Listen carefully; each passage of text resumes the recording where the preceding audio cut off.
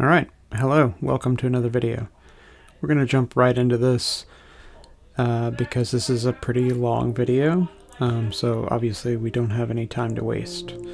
What this is basically a mostly unedited real-time look at my painting process. I did cut out some of the parts where I just sit there and stare at the painting for several minutes at a time, and I did cut out a lot of the mixing of colors off screen because that's not in the screen. It doesn't serve you guys any purpose.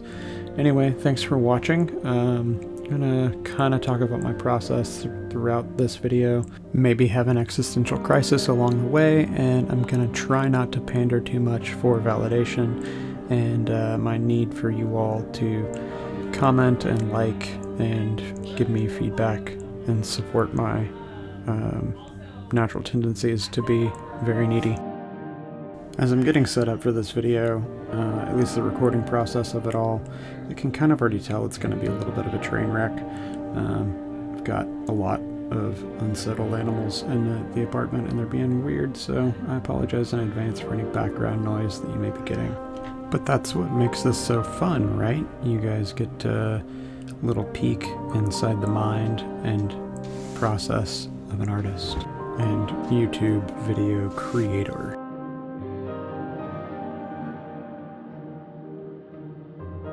So anyway, about this video, this is what we call a raw video. So there's really minimal editing, as I discussed earlier, and it's real time. There's no high-speed scrubbing or anything like that. So the end result was about 21 minutes with all the crap cut out. So yeah, it took about 30 minutes start to finish. And to be honest, I don't really want to spend the entire 20 minutes talking over this video. No one really needs to hear me for that long, and I don't really have all that much to say about this painting. I don't do a lot of like a la prima works in the sense that like I don't do like a one and done kind of thing. I do tend to let it sit and come back to it most of the time. But this being such a small little piece of paper and really just trying to make it kind of a quick one-off little study, so an alla prima process seemed like the best way to go in this scenario.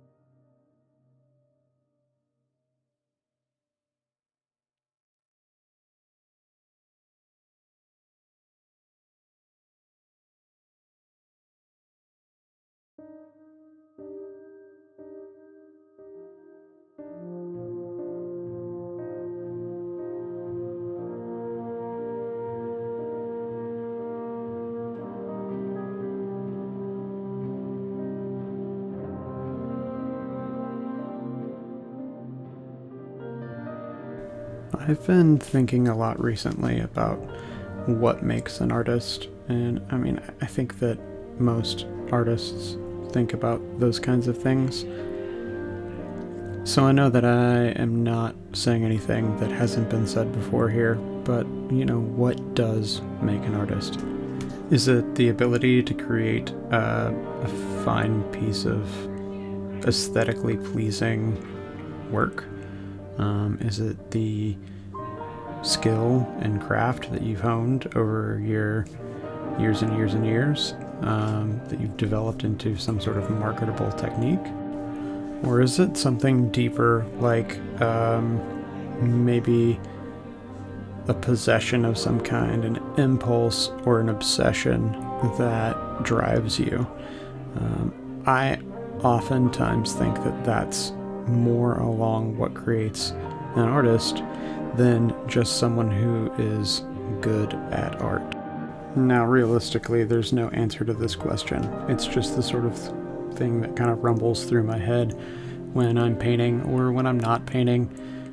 pretty much, 24 hours a day sometimes. Just that like panic of being an imposter and not being enough.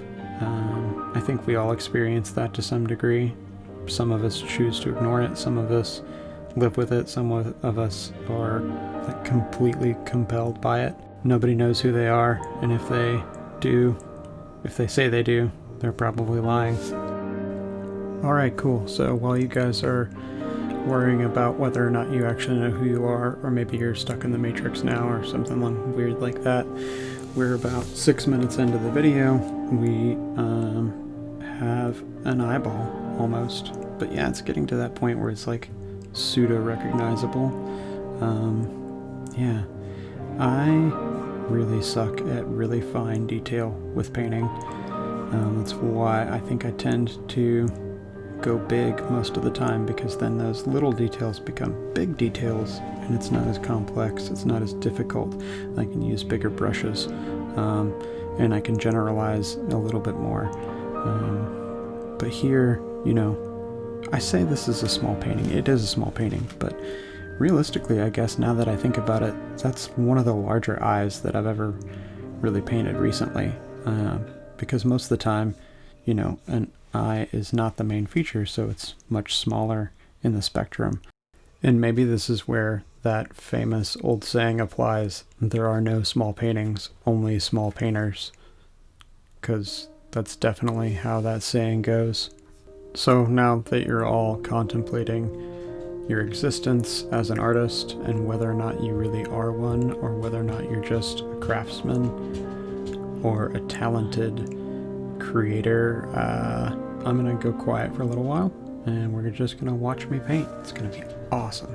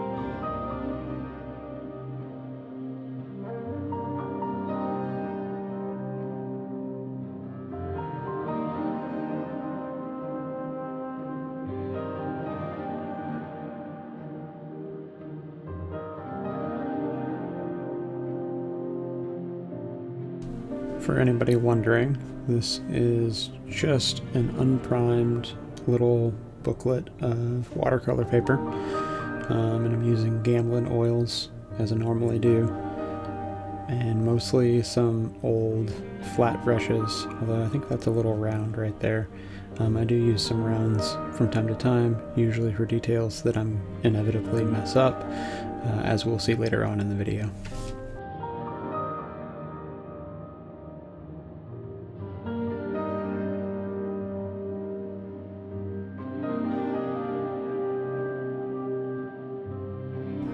I don't really know who to give credit for saying it, but a phrase that sticks with me is, it doesn't have to be right, it just has to look right. And I think that really says a lot, and it explains a lot of the struggles that I have in sort of recreating imagery. I think I've said before in previous videos, but I have a really hard time straying from the fact of a photo reference. It's very difficult for me to walk away from that and go with what I know as opposed to what's there, because I always want to represent as accurately as possible.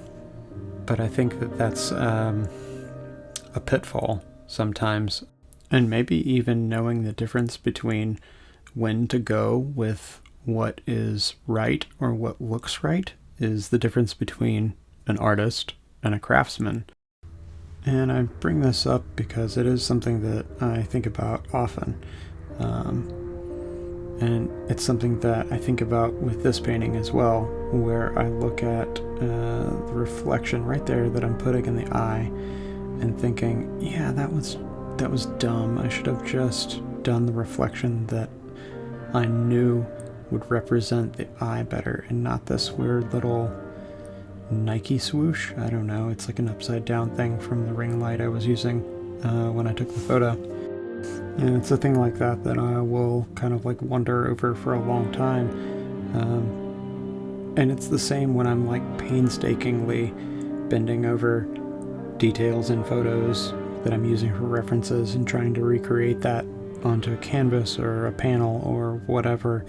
And I look back and forth and it feels so forced sometimes. And, you know, sometimes the photo reference isn't great and you're trying to make a painting off of that, and your painting is going to suffer from your failure to break away from photo representation and accuracy. And I don't know, I have such a hard time ignoring that. And I don't really even consider myself to be anything close to a photorealistic painter. I never really polish things to that degree, and I think that there's a lot to be said for those that do and the ability that they have to do that, but that is not me. And I think, again, that's another thing that I've brought up in videos past, but even so, my brain innately wants to stay true to what I'm seeing and accurately put that onto the other surface. But I think that a lot of times, you know, it's a lack of trust in myself, maybe, and my ability, that doesn't allow me to break away from that mindset.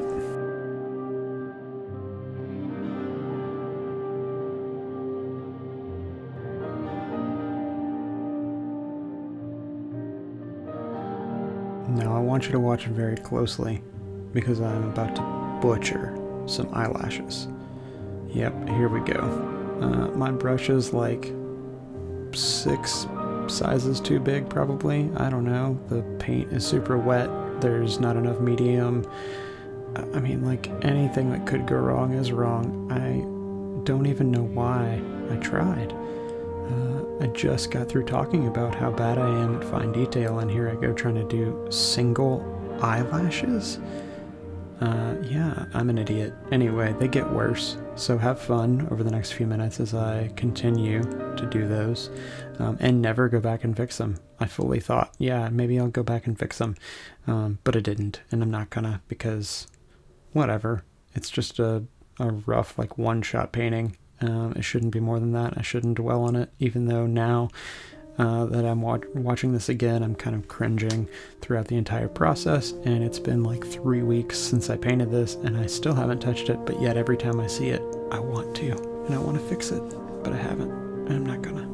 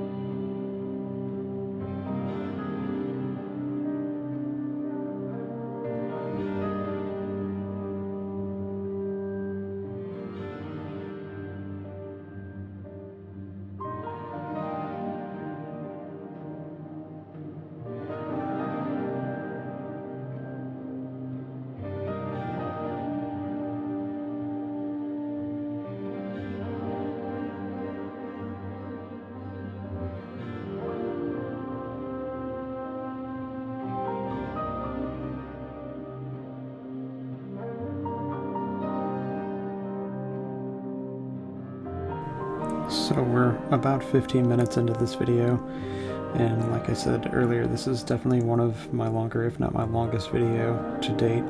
So if you have stuck around this long and you've continued to watch it, thank you. Please like the video. That's always super awesome. Subscribe to the channel if you're not already. If this is your first time, cool, thank you. Thanks for finding me. Let me know in the comments how you found me. That would be really cool for me to know. Did you just randomly come across it? Did it get recommended to you? Yeah, let me know. I'm always curious as to what brings in the viewers. I think back to all the content creators that I've found, and it was completely accidental. Although more recently, since I have started following a lot more people and watching a lot more videos, I tend to find other people that I like doing collaborations or being a part of other people's videos. So that's a cool thing that I like a lot about the YouTube community that nobody asked me about.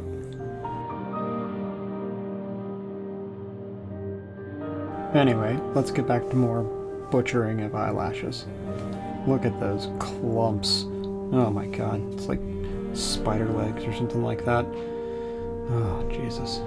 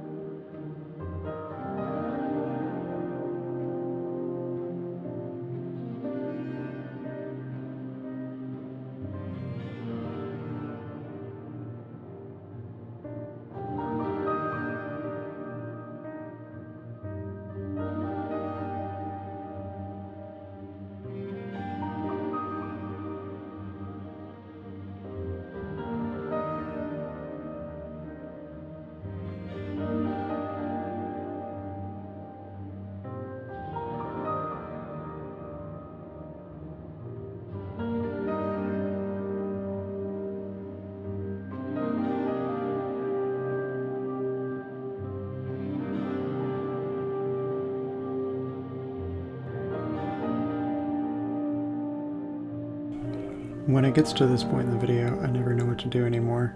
I feel like I should say things like and subscribe, thanks for watching. Yeah, you know, all those obligatory things that we have to say, because without saying them, we feel like there's a lot less of a chance that you'll actually go and do it. And I don't know if that's actually true, but that's just kind of maybe that imposter syndrome kicking in.